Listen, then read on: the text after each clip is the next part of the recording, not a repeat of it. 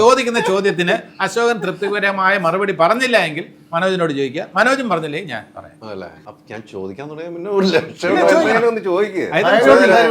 ചോദിക്കുന്നില്ല.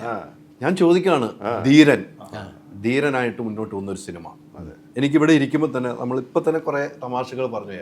നിങ്ങളുടെ ആ ലൊക്കേഷനൊക്കെ ഞാൻ വെറുതെ ഒന്ന് ബൈക്കിലേക്ക് തിരിഞ്ഞു നോക്കി. ആ ലൊക്കേഷനിൽ നിങ്ങൾ ഒത്തുചേരൽ ടീച്ചർ കണ്ട് എനിക്ക് ഭയങ്കരമായിട്ട് ഇഷ്ടപ്പെട്ടു. ആ ടീച്ചറിൽ എനിക്ക് ആരാണ് യുവത്വം എന്ന് ഇപ്പോഴും തിരിച്ചറിയാൻ പറ്റിയിട്ടില്ല.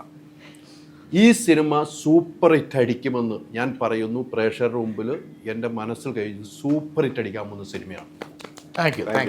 അത്രയ്ക്ക് ഇഷ്ടപ്പെട്ടു എനിക്ക്. അതുകൊണ്ടാണ് ഞാൻ കണ്ട പ്രേക്ഷകരുണ്ടാവില്ല, ടീച്ചർ രണ്ടുപേരുണ്ടല്ലോ.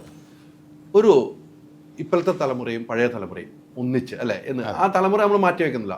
ആ ഒരു എക്സ്പീരിയൻസ് എങ്ങനെയാണെന്ന് ചേട്ടാ? അല്ല, ഇതിൽ ഏറ്റവും സന്തോഷകരമായിട്ടുള്ള കാര്യം, ഇതിൽ ധീരനായിട്ട് ആരാണ് വരിക എന്നുള്ള കാര്യത്തിൽ ഒരു സംശയം ഉണ്ടായിരുന്നു. കാരണം വേറെ 2-3-4 നായകന്മാരെ വരെ ആലോചിച്ചിരുന്നു സംവിധായകൻ, മനസ്സിലായി. അതിനുശേഷമാണ് രാജേഷ് മാധവൻ എന്ന നായകൻ വന്നത്. നമുക്കെല്ലാവർക്കും ആദ്യം സംശയം ഉണ്ടായിരുന്നു, ഇത് രാജേഷ് മാധവൻ വേറെ സോ കോൾഡ് ഹീറോസിന് വെച്ചിരിക്കുന്ന ഒരു റോള് രാജേഷിൻ്റെ കയ്യിൽ എത്രത്തോളം ഭദ്രമായിരിക്കും എന്ന് ഞാൻ തുറന്ന് ചോദിച്ചു സംവിധായകനോട്. ദേവൻ പറഞ്ഞു, ഒരു ടെൻഷനും വേണ്ട ചേട്ടാ, എൻ്റെ ക്യാരക്ടർ ഏറ്റവും ആപ്റ്റായിരിക്കും രാജേഷ് മാധവൻ എന്ന് പറഞ്ഞു. പെർഫോമൻസ് കണ്ടപ്പോൾ, ഇപ്പോൾ നമ്മൾ ഡബ് ചെയ്തപ്പോൾ റഷസ് കണ്ടപ്പോൾ, ഇപ്പോൾ ഞാൻ പറയുന്നു ഈ റോളിന് ഏറ്റവും ആപ്റ്റ് രാജേഷ് മാധവൻ തന്നെയാണ്. അതിന് യുവതലമുറയുടെ ഒരു പ്രതിനിധിയായിട്ട് തന്നെ നമുക്ക് രാജേഷ് മാധവനെ കാണാം. രാജേഷ് മാധവന് വളരെ ഹ്യൂമറസ് ആയിട്ടുള്ള, വളരെ സില്ലി ഹ്യൂമർ ചെയ്തിട്ടുണ്ട്, ഡെപ്തുള്ള ഹ്യൂമർ ചെയ്തിട്ടുണ്ട്.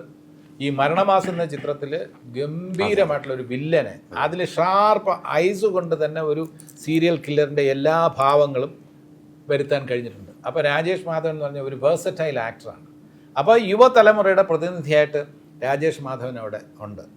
രാജേഷ് മാധവൻ്റെ നേതൃത്വത്തിൽ അവിടെ അപ്പുറത്ത് ശബരീഷ് വർമ്മയുണ്ട്, ദെൻ നമ്മുടെ അഭിറാമുണ്ട്. അവരുടെ കൂടെ നമ്മൾ 4 പേരും, അതിൻ്റെ കൂടെ സുധീഷും, ഞങ്ങൾ ഈ പറയുന്ന പോലെ പഴയ തലമുറയെന്നോ എന്ത് വേണമെങ്കിൽ അല്പ സീനിയേഴ്സെന്നോ ഒക്കെ പറയാം. ഞങ്ങളുടെ 2 ഗ്യാങ് ആയിട്ട് തിരിഞ്ഞ് മത്സരം നടത്തിയിട്ട് ഇതിൽ ആര് ജയിച്ചു എന്ന് ചോദിച്ചു കഴിഞ്ഞാൽ ഞങ്ങൾക്ക് പറയാനുള്ളത് നല്ല മത്സരമാണ്, ടൈയാണ്.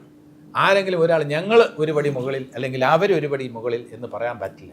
ഞങ്ങൾ 2 ടീംസും നന്നായിട്ട് തന്നെ, ഓരോ നടനും ഇതിലെ ഓരോ കലാകാരനും, വിനീതാണെങ്കിൽ ഇതുവരെ നിങ്ങൾ കണ്ടിട്ടുള്ള വിനീതിനല്ല ഈ ചിത്രത്തിൽ കാണാൻ പറ്റും. വളരെ ഡിഫറെൻറ്റ് ക്യാരക്ടറാണ്. വിനീതിൻ്റെ വില്ലനെ നമ്മൾ കണ്ടിട്ടുണ്ട്, പക്ഷേ ഇതിലെ വില്ലനി എന്ന് പറയുന്നത് വിനീത് ഇതുവരെ ചെയ്തിട്ടില്ലാത്ത വില്ലനിയാണ് പറഞ്ഞു വെക്കുന്നുണ്ട്. അപ്പോൾ ആ വില്ലനി എന്ന് പറഞ്ഞാൽ വില്ലനിയാണ്. എന്നാൽ എത്രത്തോളം വിനീതിന് ധൈര്യമുണ്ട് എന്ന് ചോദിച്ചിരുന്നാൽ വിനീതിനെ കുറിച്ചാണോ ഈ ധീരൻ എന്ന് പറയുന്നതെന്ന് വരെ നമുക്ക് സംശയം തോന്നാം. ഇതിനകത്ത് ഓരോ ക്യാരക്ടർ, രാജേഷ് മാധവനാണ് ഇതിലെ ധീരൻ. എന്നാൽ നമുക്കൊക്കെ സംശയം തോന്നാം, നമ്മളെക്കുറിച്ചാണോ ധീരൻ എന്ന് പറയുന്നതെന്ന് സംശയം തോന്നാവുന്ന തരത്തിലുള്ള ഒരു ക്യാരക്ടറൈസേഷൻ ഉണ്ട് ഓരോരുത്തർക്കും. ഞാൻ പഞ്ചായത്ത് പ്രസിഡൻ്റ് ആയിക്കോട്ടെ, ഈ അരുവി എന്ന് പറയുന്ന കഥാപാത്രം ആയിക്കോട്ടെ, ഇത് അശോകൻ്റെ ഈ കഥാപാത്രം, ചേട്ടനും അനിയനുമാണ് അശോകനും സുധീഷും, തന്നെ വിനീതിൻ്റെ ക്യാരക്ടർ, എല്ലാ ക്യാരക്ടറും നല്ലതുപോലെ വരച്ച് വ്യക്തമായിട്ടുള്ള ആ ഒരു രൂപം നമ്മുടെ മനസ്സിൽ പതിപ്പിച്ചിട്ടാണ് ഷൂട്ടിംഗ് തുടങ്ങിയിട്ടുള്ളത്.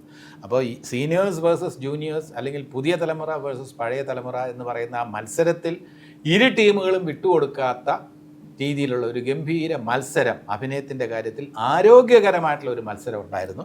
അത് ഞങ്ങൾ എല്ലാവരും എൻജോയ് ചെയ്തു.